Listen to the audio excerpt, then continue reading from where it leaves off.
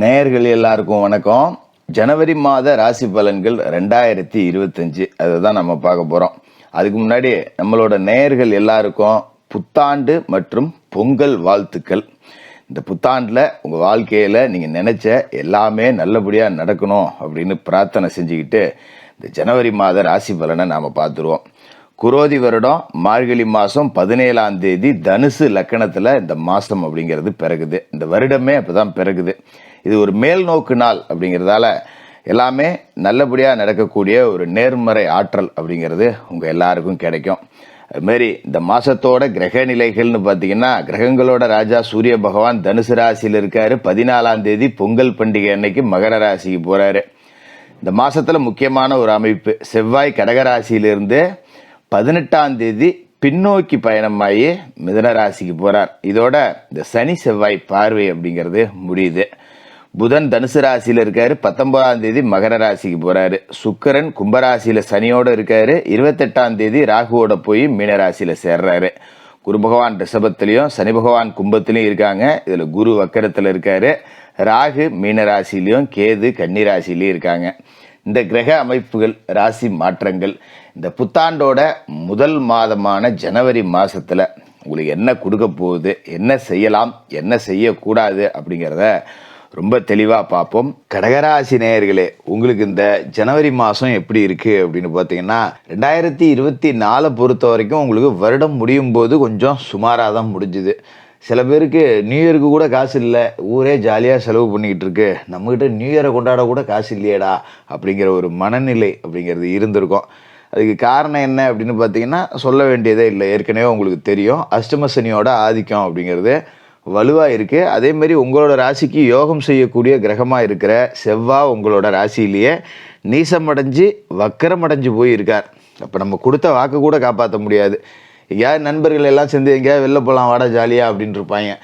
சரி போகலாம் அப்படின்ட்டு இருப்போம். கடைசி நேரத்தில் நம்மகிட்ட 10 காசு கூட இல்லாமல் நம்ம எங்கே போகிறது இப்போ சரி அப்படின்னு சொல்லிட்டு வேறு காரணத்தை சொல்லி விளைவிக்கும். அதனால் நிறைய ஒரு சங்கடங்கள் அப்படிங்கிறதோடு தான் இந்த 2024 அப்படிங்கிறது முடிஞ்சிருக்கும். ஆனால் 2025 உங்களுக்கு அப்படி இருக்க போகிறதில்ல.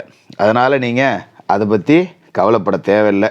முக்கியமான காரணம் என்ன அப்படின்னு பார்த்தீங்கன்னா, அந்த ஜனவரி மாதம் 18ஆம் தேதி கடகத்தில் இருக்கிற செவ்வாய் மிதுனத்துக்கு போயிடுறார். விரயத்துக்கு செவ்வாய் போகிறார். என்னங்க சொல்கிறீங்க, விரயத்துக்கு தானே போகிறீங்க, அப்போ விரய செலவு தானே வரும் அப்படின்னு நீங்கள் நினைக்கலாம். ஆனால் வரக்கூடியது எல்லாமே சுப விரய செலவுகளாக தான் வரும். ஏன்னா உங்களோட ராசிக்கு யோகம் செய்யக்கூடிய கிரகம் செவ்வாய். அதாவது நம்ம நில பிரச்சனை இருந்தது பார்த்தீங்களா, அது இப்போ நல்ல முடிவுக்கு வரக்கூடிய வாய்ப்பு. ஒரு பூர்வீக சொத்து இருந்திருக்கும், அதை பிரிச்சிக்கவே முடியாமல் போயிருந்திருக்கும். அண்ணன் தம்பிகளால் ஏமாற்றப்பட்டிருப்பீங்க. அவங்க நல்ல இடத்த எடுத்துகிட்டு உங்களுக்கு ஏதோ பட்டும்படாத பின்னாடி எங்கேயோ வழி இல்லாத பாதை இல்லாத ஒரு காட்டை கொண்டு கொடுத்துருப்பாங்க. இது மாதிரிலாம் இருந்திருக்கும். நம்மளும் சரி போ என்ன அப்படின்னு விட்டு கொடுத்து போகிற ஆட்களாக இருப்போம். இன்னும் சொல்ல போனால் நமக்கு எதிரி வெளியே இல்லை, உள்ளுக்குள்ளேயே தான் இருக்கான் அப்படிங்கிற ஒரு மனநிலை உங்களுக்கு இருக்கும். அதெல்லாம் இனிமேல் சரியாயிடும். இந்த சொத்து சம்பந்தமான வில்லங்கங்கள், இந்த பூமி தொடர்பான பிரச்சனைகள், வழக்கு எதாக இருந்தால் அதில் ஜெயிச்சு சொத்தை மறுபடியும் மீட்டெடுக்கிறது, இந்த மாதிரியான அமைப்புகள்லாம் வரும்.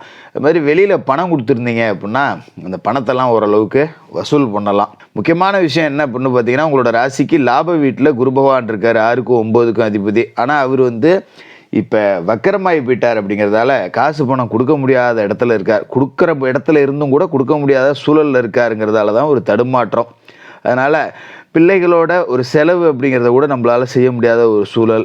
ஒரு வீடு கட்டிக்கிட்டு இருப்பீங்க, அதுக்கு போய் பணம் முடங்கி இருந்திருக்கும். தெரியாமல் ஒரு பிளானை போட்டேன், நான் ஒரு 20 லட்ச ரூபாய்க்கு போட்டேன், அது எங்கேயோ போயிடுது, இருக்கிற நகை நட்டெல்லாம் கூட வச்சாச்சு, என்னடா பண்ணுறது அப்படிங்கிற மாதிரியான ஒரு நிலை இருக்கும். பரவாயில்ல, கவலைப்பட வேண்டியதில்லை. அடுத்தடுத்து வரக்கூடிய காலகட்டம் அப்படிங்கிறது உங்களுக்கு ரொம்பவே நல்லா இருக்குது. அப்படிங்கிறதால 2025 நீங்கள் நல்லா தான் இருக்க போகிறீங்க. அதுக்கு இந்த ஜனவரி ஒரு நல்ல வாய்ப்பு அப்படிங்கிறத அமைச்சு கொடுக்கும். அதுமாரி சுக்கிர பகவான் இந்த மாதம் முழுக்க கும்பராசியில் இருக்க போகிறார்.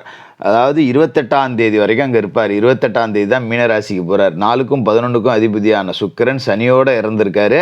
செவ்வாயோட பார்வை அப்படிங்கிறது சில நாட்கள் தான் இருக்கும். ஏன்னா செவ்வாய் மிதுனத்துக்கு போகிற வரைக்கும் தான் இருக்கும். மிதுனத்துக்கு போயிட்டாருன்னா பார்வை படாது.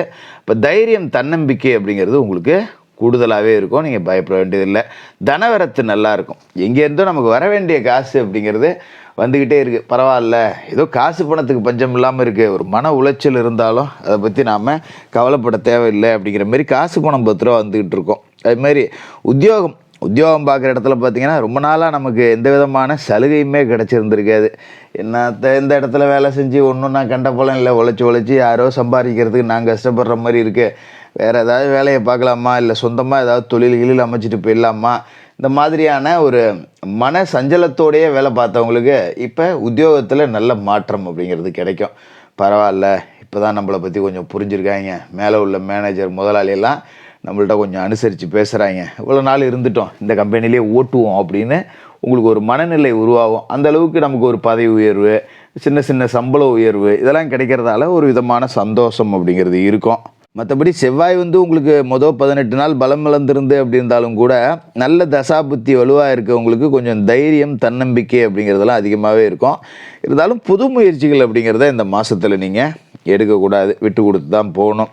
ஏன்னா அஷ்டமசனியோட ஆதிக்கம் அப்படிங்கிறது வலுவாக இருக்குது. அஷ்டமசனி 9ஆம் இடத்தை நோக்கி நகர்ந்து போயிட்டுருக்கார் நேர்கோட்டு பாதையில். கடைசி பயணம் அப்படிங்கிறத மார்ச்சில் முடிச்சிருவார். அப்போ இந்த 3 மாதத்தில் அஷ்டமசனி சில நன்மைகளையும் செய்யும், சில தீமைகளையும் செய்யும். குறிப்பாக பார்த்திங்கன்னா ஆண்களுக்கு பெண்களால் பிரச்சனை வரும், பெண்களுக்கு ஆண்களால் பிரச்சனை வரும். அது மனைவியாக இருக்கலாம், சகோதரியாக இருக்கலாம், தாயாக இருக்கலாம், அதுமாரி பெண்களுக்கு தந்தையாக இருக்கலாம், கணவனாக இருக்கலாம், சகோதரராக இருக்கலாம், கூட வேலை செய்யக்கூடிய சக ஊழியர்களாக இருக்கலாம்.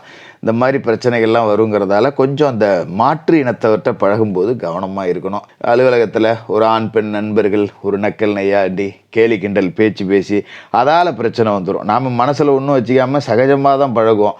அது தவறாக புரிஞ்சிக்கப்பட்டு தேவையற்ற அவமானங்களை சந்திக்க வேண்டியது இருக்கும். அதனால் பெண்கள் ஆண்கள் விஷயத்தில் கவனமாக இருக்கணும், ஆண்கள் பெண்கள் விஷயத்தில் கவனமாக இருக்கணும். அது மாதிரி இந்த மாதிரி தகாத உறவுகளில் யாராவது ஆண்கள் இருந்தீங்க அப்படின்னா குடும்பமான வரைக்கும் விட்டு விலகி வர்ற வழியை பாருங்கள். இல்லைன்னா தேவையற்ற பிரச்சனைகள் அப்படிங்கிறத சந்திக்கிற மாதிரி தான் இருக்கும். அதோட முக்கியமான விஷயம் என்ன அப்படின்னு பார்த்தீங்கன்னா, தனுசு ராசியில் புதன் இருக்கார். உங்களோட ராசிக்கு 3க்கும் 6க்கும் அதிபதியான புதன் 6ஆம் இடத்துல இருக்கார். அப்படிங்கும்போது விபரீத ராஜயோக அடிப்படையில் 19ஆம் தேதி வரைக்கும் உங்களுக்கு நன்மைகள் அப்படிங்கிறத செய்வார். நிறைய சுப நிகழ்ச்சிகள் வரும், சொத்து பிரச்சனைகள் நல்ல முடிவுக்கு வரும். நம்மளோட முன்னேற்றம், சின்ன முன்னேற்றத்தை பார்த்து சொந்தக்காரங்க ஆச்சரியப்படக்கூடிய வாய்ப்பு இருக்குது.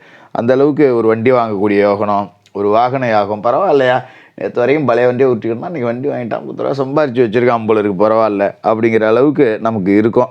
வெறும் பொது வாழ்க்கையில் இருக்கிறவங்களுக்கு எண்ணங்கள் எளிதாக இளையறக்கூடிய ஒரு அமைப்பு, உத்தியோகத்தில் புது வாய்ப்புகள், நிறுவனத்தின் மூலமாக வெளிநாடு போகக்கூடிய யோகம், இது எல்லாம் கிடைக்கும். அதன் பிறகு 19ஆம் தேதி தனுசு ராசியில் இருக்கிற புதன் மகர ராசிக்கு போயிடுவார், 7வது வீட்டுக்கு போகிறார். அப்படிங்கும்போது மனைவிக்கு வேலை கிடைக்கக்கூடிய ஒரு அமைப்பு இருக்குது. மனைவி ஒரு இடத்துல வேலை செய்கிறாங்க, அவங்களுக்கு ஒரு பர்மனெண்ட் கிடைக்கக்கூடிய வாய்ப்பு, கூட்டுத் தொழிலில் வெற்றி பெறக்கூடிய அமைப்பு, இது எல்லாமே இருக்குது. மொத்தத்தில் கடந்த 2024 டிசம்பர் ஒரு சுமாராக இருந்தாலும் கூட இந்த 2025 ஜனவரி அப்படிங்கிறது வாழ்க்கையில் ஒரு பிடிப்பை நமக்கு உண்டாகிரும். ஏதோ பரவாயில்ல, கொஞ்சம் அப்படியே நேர்மறையாக நமக்கு மாறுற மாதிரி இருக்குது அப்படிங்கிற தன்னம்பிக்கையை உருவாக்கக்கூடிய மாதமாக இந்த ஜனவரி மாதம் இருக்கும். கடகராசிக்காரர்களுக்கு புத்தாண்டு மற்றும் பொங்கல் வாழ்த்துக்கள்.